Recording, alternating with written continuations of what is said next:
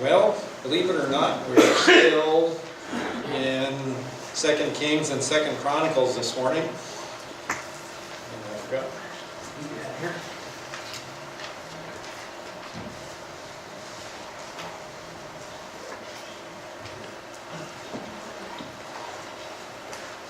And this morning we are going to be kind of working from 2 Kings 11 and 2 Chronicles 23. So if you want to kind of get your thumbs and markers in those two spots, we'll be in one or the other of them most of the time this morning.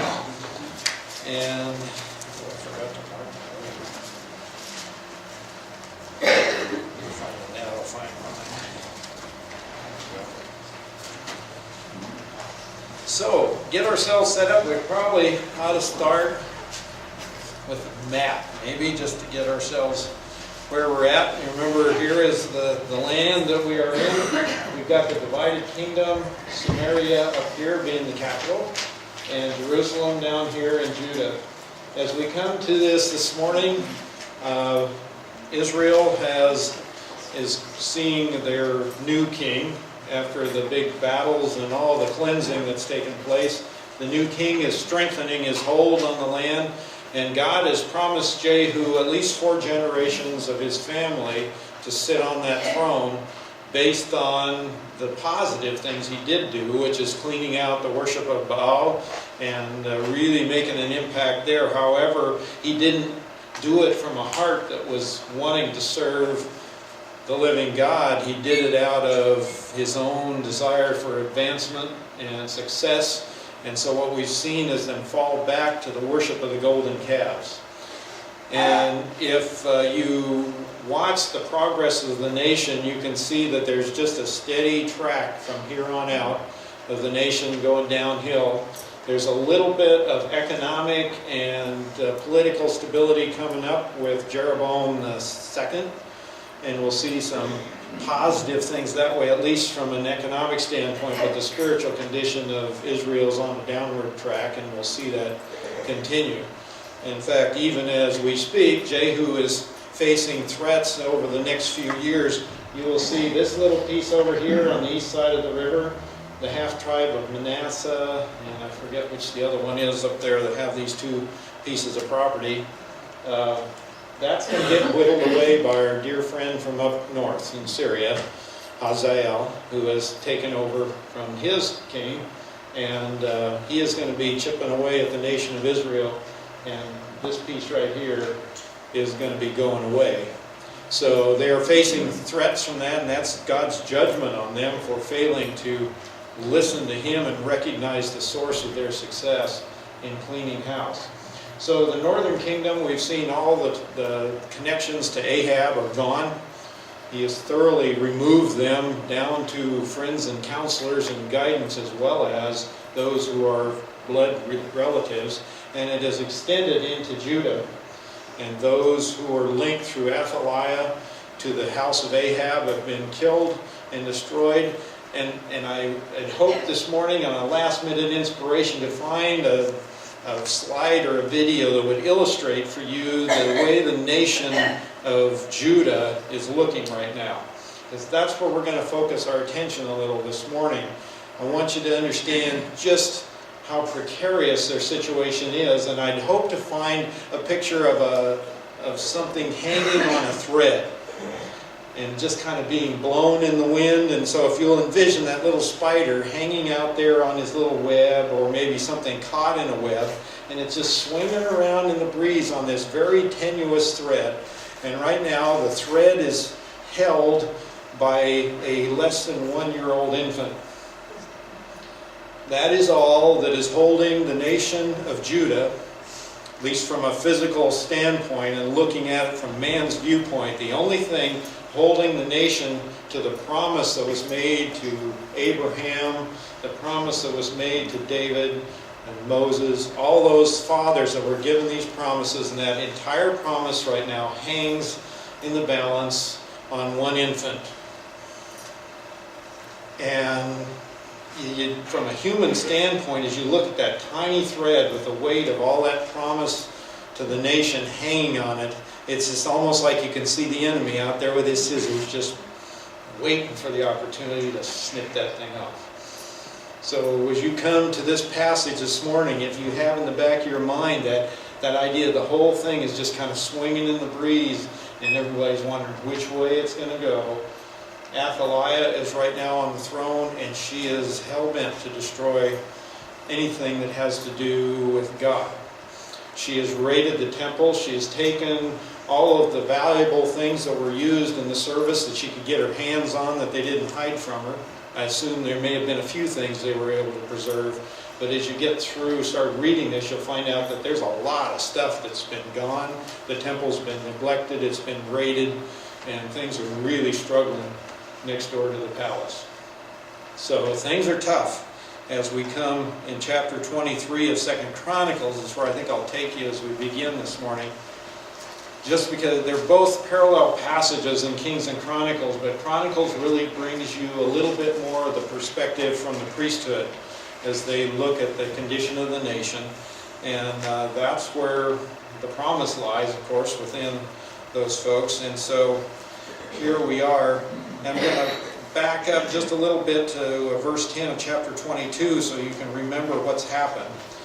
When Athaliah, the mother of Ahaziah, saw that her son was dead, she rose and destroyed all the royal offspring of the house of Judah. So here we're down to the thread. But Jehoshabeath, the king's daughter, took Joash, the son of Ahaziah, and stole him from among the king's sons who were being put to death, and placed him and his nurse in the bedroom. So Jehoshabeath, the daughter of King Jehoram, the wife of Jehoiada the priest, for she was the sister of Ahaziah, hid him from Athaliah so that she would not put him to death. And he was hidden with them in the house of God for 6 years, while Athaliah reigned over the land. So here we have, the image is this infant child is snatched out of the nursery along with her nurse, and we have hidden in the bedroom. And you think of a bedroom like we think of a bedroom. Actually, it was a storeroom where the beds were rolled up and stored during the day, and then they would bring them out at night, put them on the floor or whatever. And so it's probably more of a storage room in our way of thinking than it was a bedroom that they were hidden in. So you can understand maybe a little bit more of the tension and fear and danger that was involved, that they put this person, this nurse, and this infant in a place where nobody's going to look for somebody to be staying. They've hid them because it's dangerous. Athaliah is a dangerous woman. She didn't bat an eye at killing her own grandchildren, her own flesh and blood, and they were wiped out because they were a threat to her and her personal power. And so this is a very dangerous time, and this woman, who is a sister, but not, Athaliah is not her mother. Probably would be a sister through another wife. So half-sister, if you will, to the king who has died. And so she's a little removed. Part of that supposition is because it is doubtful that Athaliah would ever approve of marriage of her daughter to the high priest. Really remote idea that would be the case. So she's probably fairly certainly from another husband, and just far enough off the radar that she's able to slip in there, find this child, probably one of the youngest, and sneak him out. And Jehoiada, the high priest, has put his life on the line and the life of his wife and everybody around him to protect this child. And for 6 years, they keep him under wraps. So it's been 6 years as we come into chapter 23 that they have hidden this child. And we talked, I think, before about that interesting parallel of 6 years and in 23 on the 7th year.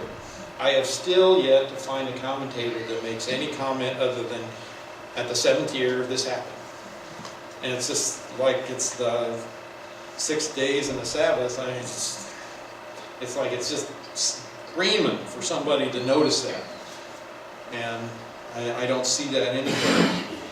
And yet the parallels to the Daniel 70th week is really interesting, that you have 6 years when the enemy is given basically free rein to do what he wants to do, and the king is hidden. For 6 years you have rebellion, you have all this turmoil you can read about in Daniel and Revelation, all these things that take place, and on the 7th year, at the end of that time, the king is revealed. And so here we have almost like a little glimpse of a future time for the nation of Judah.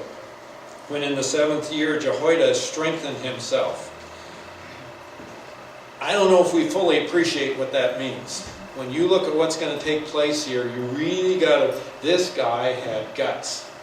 He was a very, very courageous guy to do what he did. And the reason I say that is because it says he took the captains of hundreds. And you go, okay, big deal. He went down the military. Yeah, it took a little nerve to go down. The captain of hundreds, from the sources that I have, tell me that what he did is he went down to the security, he went down to the secret service, if you will. That's how we would understand it. Those are the guards that are responsible for protecting the king. This is the inner circle, the security patrol, whatever you want to call it. These guys are the captains of hundreds that their responsibility is to watch over the king. They served Athaliah. They were her bodyguard. That's who he went to. And so when you read these guys, Jehoiada is a gutsy guy. Every single one of these guys put their life on the line when they met with him that day. So this is how it goes. I'll see if I can slaughter their names effectively. The first one, Azariah, the son of Jeroham, Ishmael, the son of Johanan, Azariah, the son of Obed, Maaseiah, the son of Adiah, Elishaphat, the son of Zikri, all those guys, and they entered into a covenant with them. They had a secret, quiet meeting somewhere, and they came to an agreement and said, we will support what you want to do, Jehoiada. And so now it's going to tell you how the plan played out. These guys, quietly, without making a lot of fuss, slipped out into the countryside. And it says in verse 2 that they went throughout Judah, and they gathered Levites from all the cities of Judah, and the heads of the fathers' household of Israel, and they came to Jerusalem. They went out and they had little meetings with all the leadership in the nation of Judah, and they brought in those in the tribe of Levi that were the religious leaders, and they brought the heads of the household. So that is the political and family leaders within the nation. And they went out and they spoke to each one of them. And what do you think the message was? We're going to rebel against, we're going to take Athaliah off the throne. I don't know, yeah. Sounds like a Robin Hood movie. Oh man, I mean the drama here, the tension has got to be incredible. It sounds like, how the true king is not on the throne, and we have to, get evil King John on. Yeah, we're going to get rid of evil King John here. And the question is, it doesn't tell us, did they know at that time, if they went out, what the plan was? Or did they just get summoned to a meeting to deal with the problem? Did they know there was still a king? How many people thought that it was over? The line of David had been broken. I mean, they saw all these men and children die. And as far as Athaliah let anybody know, she had cut off the line of David, and she was taken over. So what did they tell them? Did they tell them, hope is not gone? What is it? Somehow they had to give them something that when they spoke to these guys, they said, it is worth taking our life in our hands to slip into Jerusalem and be part of what's going on. And so maybe they told them, the king isn't dead. I don't know. But it was gutsy. Had to have been.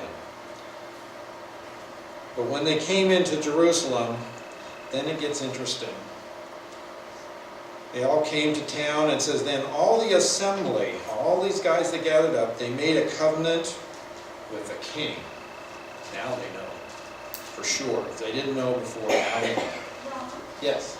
is anybody, aren't red flags going up the I don't know how they did it, and some of the commentators speculate a little that they've worked it around a religious festival or gathering. Some of it you'll see they worked in as the coming and going, the changing of the guard, if you will, that in fact, you'll remember as we studied the Christmas story last time about how being drawn by lot to go in and pray or and offer the offering and that sort of thing. All these guys would have been, the Levites and everybody did their tour of duty at the temple. And so there were certain periods of time when these guys were let off and they went home, and the other guys came into town, and they've used some of that as cover, in that people came in, and some of the ones that were supposed to leave kind of never managed to leave. And so there's some real interesting maneuvering. It sounds like they just suddenly stood up one day and went, ta-da, here we are. And there was a lot of stuff going on behind the scenes as these guys developed the plan, signed this covenant. Yeah, 2 Kings gives a little more of that side. I guess we could flip over there if you'd like and look at how it describes this thing. It doesn't give us the names of the individuals that it's like God wants to... It's like, why did he give those names when those names were important to God? Because those were the guys that had the guts to follow and say, we're going to follow our God and we'll follow him to our death if we have to. We'll put our names on the line. So here's 2 Kings version of that in verse 4 of chapter 11. Now in the 7th year Jehoiada sent and brought the captains of hundreds of the Kerites and of the guard, there you go, and brought them to him in the house of the Lord, and he made a covenant with them, and put them under oath in the house of the Lord, and showed them to the king's son. And he commanded them, saying, this is the thing that you shall do. 1/3 of you who come in on the Sabbath, and keep watch over the king's house. 1/3 shall be at the gate Sur, 1/3 at the gate behind the guards, shall keep watch over the house for defense. And 2 parts of you, even all who go out on the Sabbath, shall also keep watch over the house of the Lord for the king. So, is that totally confusing? Yeah. Well, let's, Kathy, if you pop up that picture I found this morning. Here is a diagram a little bit, and it's kind of far away, I know, but I needed it far away so you can get, this is actually Herod's temple. So it's not exactly, it's a little bigger and a little different than you would have seen at Solomon's temple, which is the one we're talking about now, but at least gives you a little bit of the layout. So here is the temple itself, right here, and here's the complex that surrounds it. And so the image you want to get of this is the various gates. There's a major entrance down here, and this would be the Kidron Valley on this side. So if you can envision a big valley coming down through here, and this is the Tyropoeon, or however you pronounce the valley. It's a small valley. It's been filled in by now. And from here, across over to Zion is over here. You got Mount Moriah here, Mount Zion over here, and the king's palace is cross over this way. So the image you want to get is Athaliah lives over here on this side of this little draw, and the temple is over here, and the king is hidden within the complex here where the priests stayed and lived, had their dwellings while they worked at the temple.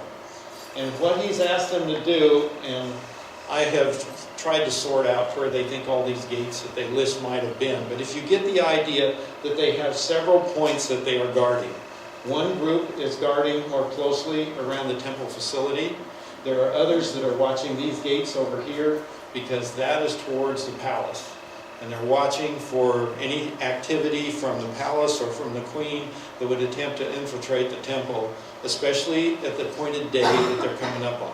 So they've got a group of them said, when you go home, don't go home. You drift over here and guard this gate, and some of you are going to be down here because there's a major entry down here. This, in the Roman time, well, in the time of Herod, this here was the place where you would come and, at the bathhouse, where you come and get cleansed before you went into the temple area. So it's a major entry point right here. So they were posting guards at all these major entrances, and then they're going to see there's going to be a security detail right here, because that's where the announcement's going to get made. So you've got all these guys, they've given their assignments, and they've been told to go to their places. So we've got the gates guarded. We've got security out there. Some of them that were going to go home, they split that detail into a couple and said, don't go home. You need to guard. And then in verse 8 it says, you shall surround the king, each with his weapons in his hand, and whoever comes within the ranks shall be put to death. And be with the king when he goes out and when he comes in. So he says, you guys, we're surrounding this place. You don't let anybody in that's not supposed to be in. If they're not part of what's going on here, you kill them. Especially if they come from the palace. And so the captains of hundreds did according to all that Jehoiada the priest commanded, and each one of them took his men who were to come in on the Sabbath with those who were to go out on the Sabbath, and came to Jehoiada the priest. Now this is interesting in verse 10. You want to see how careful they had to be. It says, and the priest gave the captains of hundreds the spears and shields that had been King David's, which were in the house of the Lord. Why would he do that? Well, he just wanted, maybe those were seen as more powerful, so yeah, they should have these great weapons over David's. I don't think so. Well, gee, maybe it's ceremonial, somehow to show a link between King David and something else. Maybe. I don't tend to think so. Remember who these guys are. These guys are the leaders of the queen's bodyguard. If they went slipping out of the place where they were probably stationed, probably had barracks over here somewhere, and packed up all their weapons and headed out of there, would anybody notice? You're going downtown to do a little shopping and you're taking your sword, your shield, and all your armor with you. Doesn't that seem a little odd? It's like these guys just slipped out, just like they were going to the market, like they were going home, like they were doing something else, and they slipped over, and the priest said, take these weapons. So nobody noticed that these main guys were taking weapons and they were preparing. This is a cloak and dagger deal. This is really hush-hush. Everything's got to be quiet until the right moment. In verse 11, the guards took each of his weapons in his hand from the right side of the house to the left of the house, by the altar and by the house around the king. So, if you can see it, just a little bit far away, but you'll remember there's a couple of pillars out in front, and there's so I see the brazen altar is right over in there somewhere. I should have never thought about that. I should have got the close-up view, Kathy. Sorry about that. But right in this court here, remember there were the two pillars, and then there's the place of the burnt offering where people came up to give their burnt offerings, and the picture seems to be that they lined everybody up across this courtyard on both sides. To the right and the left was a solid line of people with their weapons, all guarding the entrance. Thank you. There you go. Close up. Isn't she amazing? So we've got them lined up in here in this temple court, and we're watching this gate here. This is where people would have been coming into here.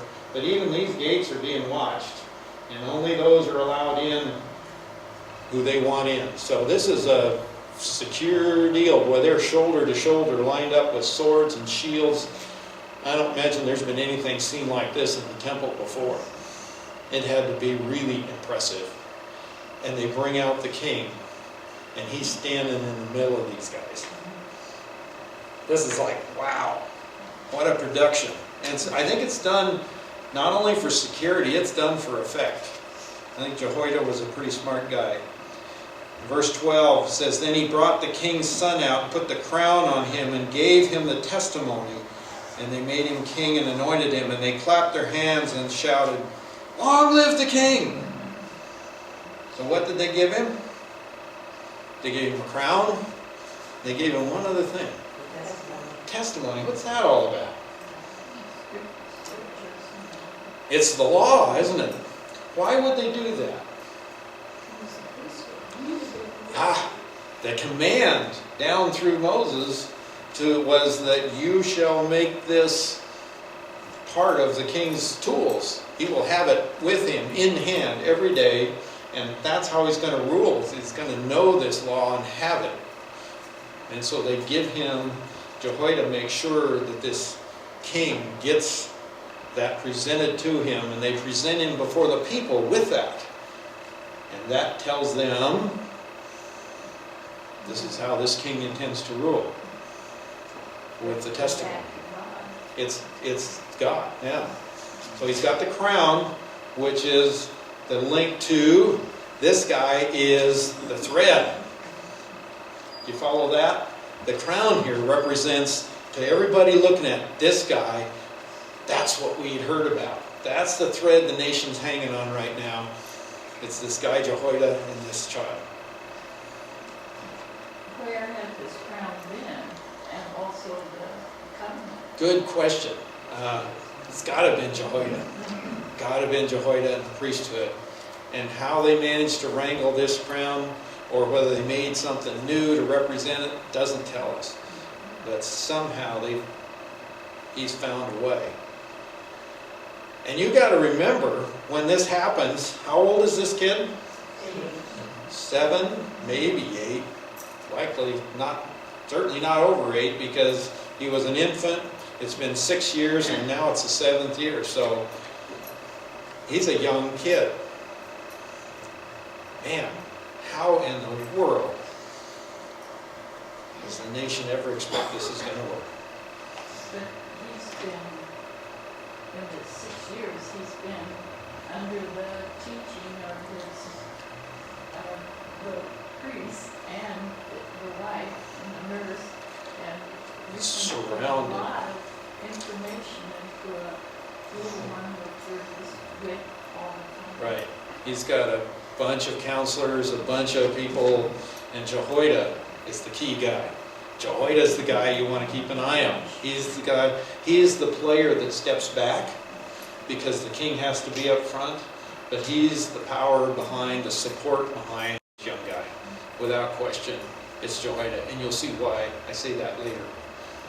There's great positive influence, there's great godliness that comes from this guy, but there's great risk as well, as you will see.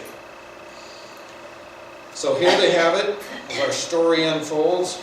We've got all this commotion going on, and Kathy, if I get you to back off to that other shot again.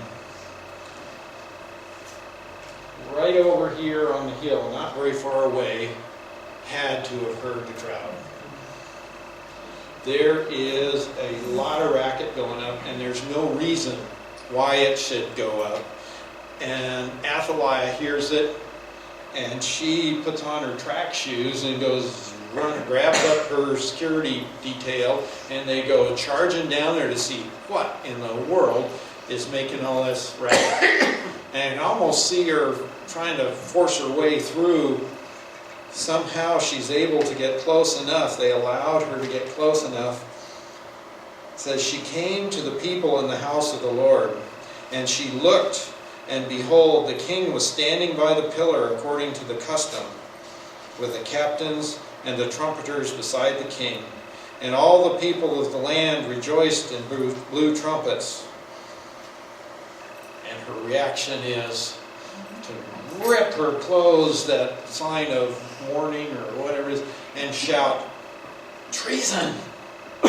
She knows immediately what's happened. She sees that 7-year-old kid up there with all this going on, and she knows what's happened. It's a revolt. It's an absolute coup. She knew she had missed him all these years. It had to have flashed through her mind that you wonder if there was any doubt anywhere that she was worried about she'd missed something. She must have been too popular because it said the people were all rejoicing. Yeah. I suspect that she was a frightening person to have in charge. So yeah, this is really interesting. In fact, verse 20 will tell you that there was a lot of relief. You want to slip ahead just a little bit? She meets her demise. It says, so all the people of the land rejoiced, and the city was quiet. For they had put Athaliah to death with the sword at the king's house. The reason it was quiet now, peace at last, because she was gone. And the new king was on the throne. So it was a big impact. So here's what, we might as well read through and see how this was carried out, the final act in this insurrection. Jehoiada the priest commanded the captains of hundreds, there you are, those guys who just read their names, who were appointed over the army, and said to them, bring her out between the ranks, whoever follows her put to death with a sword. For the priest said, let her not be put to death in the house of the Lord. So they seized her, and when she arrived at the horses' entrance of the king's house, she was put to death there. We don't know exactly, it's not the horse gate that we hear about, which is into the city, but some kind of a place where the horses were brought in and out of the king's house. A stable or something. At that gate, there at the king's house, she was put to death. And Jehoiada made a covenant between the Lord and the king and the people, that they should be the Lord's people also, between the king and the people. And all the people of the land went to the house of Baal and tore it down. His altars and images they broke in pieces thoroughly. They killed Matan, or however you pronounce that name, the priest of Baal before the altars, and the priest appointed officers over the house of the Lord. And he took the captains of hundreds and the Kerites and the guards and all the people of the land, and they brought the king down from the house of the Lord and came by the way of the gate of the guards to the king's house, and he sat on the throne of the kings. So they took him out from here, took him around the courtyard, out the gate, across the way, over to the king's house, and set him on the throne. And he made this covenant. Isn't that interesting? I wonder what covenant he made with them. It doesn't tell us what it was. But it does tell us what they did. Got any hunches about what the covenant might have been when you see the reaction of what the people did? They went down and tore down that pagan temple.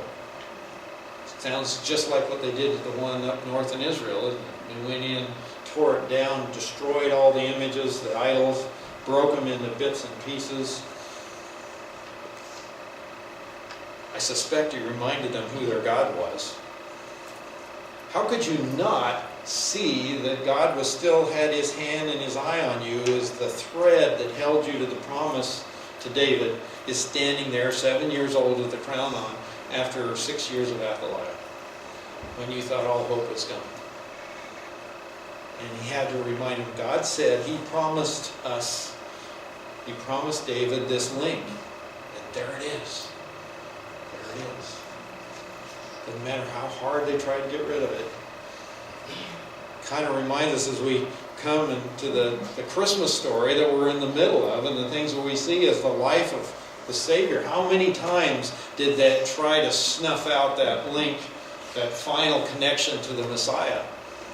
Through Herod, through every means, through people that wanted to throw him off a cliff, to all these times that they tried to bring that to an end. Now you know why Satan got so victorious when Christ was on the cross. What a big surprise. Yeah, or can you imagine the shock? Talk about buyer's remorse. Like, I finally did it! And they all shouted, and the demons all rejoiced. We've destroyed, and then find out that what they had just done is sealed their own doom. You know, the price was paid, and it was done. Well, we're almost out of time, and we're not going to get a chance to go on, but we'll pick up, and I want you to see the rule of this young man as he goes forward. Goes really well for the nation for a long time. He does some great things. But there's some shaky foundations under the guy as well.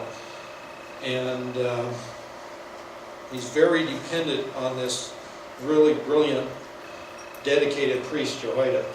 And as long as he's tuned in and listening to this one who is also listening to God, he does really well. And he even institutes some things that are very positive for the nation of Judah.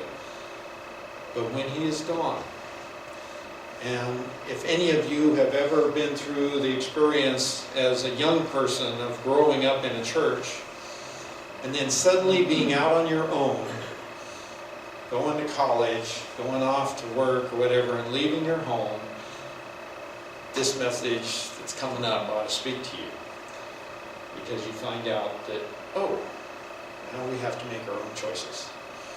And you'll get to see that a guy that has all kinds of opportunity to make the right ones didn't necessarily do that. So there's much promise to us about raising our children and sending them the right way. But you want to be a little bit careful about over-deciding, perhaps, because I think maybe that's what happened in this young man's life, that he may have had a little, maybe I don't know if it's too much direction, but maybe the wrong kind. I don't know how to describe it. It'd be interesting. It's an interesting case to look at, and an interesting case to look at what begins to happen to the country, because a lot of our commentators will link you from here to the prophet Joel. So homework for this next week is to go read the book of Joel. And we don't know absolutely positively. There's no solid connections, but there's a lot of peripheral evidence that says that could very well have been written about this time. So we'll look at that connection next time.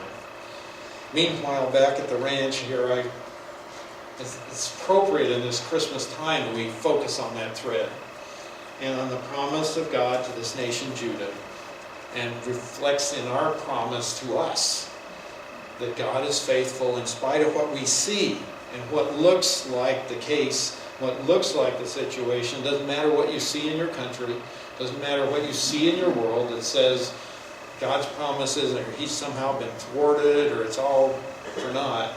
It's not going to work out. I want you to know his plan always works out.